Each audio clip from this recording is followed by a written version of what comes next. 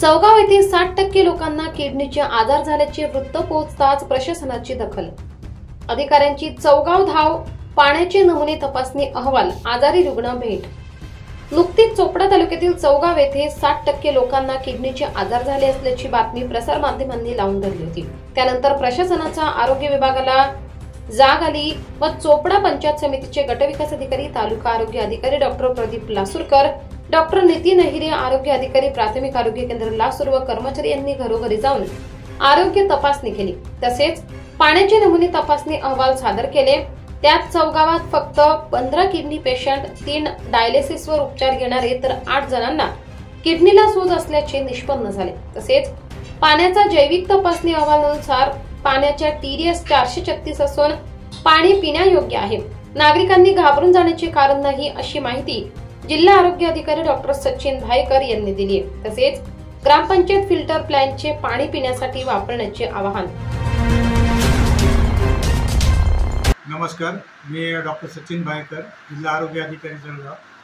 आज चौगाव तालुका चोपडा या गावामध्ये आरोग्य विभागाच्या पूर्ण पथकाने मागच्या 3 दिवसापासून सर्वेक्षण सुरू केलेलं आहे। तर सर्वेक्षणच्या नुसार असं आढळून आलेलं आहे की या गावात पिण्याच्या पाण्याचा जो सार्वजनिक सोर्स आहे तर तो एकच सोर्स आहे, बोरवेल आहे। आणि त्या बोरवेलच्या माध्यमातून गावातील सर्व नागरिकांना पिण्याचे पाणी उपलब्ध होते। या पिण्याचे पाण्याचे जे नमुने आहेत त्यामध्ये 2 प्रकारच्या तपासण्या होतात, रासायनिक तपासणी आणि जैविक तपासणी।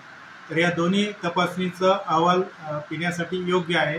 पाणी पिण्यास कुठलेही काही म्हणजे कारण नाही, अयोग्य नाही आहे आणि पाण्यापासून कुठलेही काही धोका नसल्याचं प्राथमिक निदर्शनास आलेलं आहे।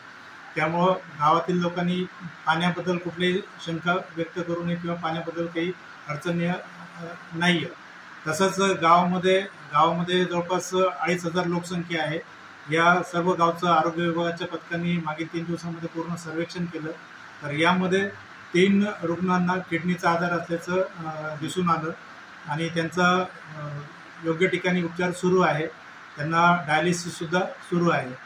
तर त्यांना जो झालेला आजार आहे नेमका कशामुळं ते आत्ता सध्या तरी निश्चित सांगता येणार नाही, परंतु याकरता तज्ज्ञांचं मत घेणं आवश्यक राहील। तसंच गावामध्ये इतर काही रुग्ण ज्यांना मुतखड्याचा त्रास असल्याचं पण निदर्शनास आलेलं आहे, परंतु ही संख्या फारच तुरळक आहे आणि सर्वसाधारण इतर गावाच्या तुलनेमध्ये हे आजार अतिशय जास्त प्रमाणात नसल्याचं प्राथमिक आरोग्य विभागाकडून आम्ही व्यक्त करतो। त्यामुळं गावामध्ये कुठले काही भीतीचं वातावरण लोकांनी निर्माण करू नये किंवा राहू नये। आपल्याला कुठलीही काही शंका असेल, आपण आमचे आरोग्य कर्मचारी आणि वैद्यकीय अधिकारी पूर्ण आरोग्य विभाग आपल्यासोबत आहे। तसेच ग्रामपंचायत विभाग आणि इतर विभाग या सर्व प्रशासन आपल्या मदतीला आहे।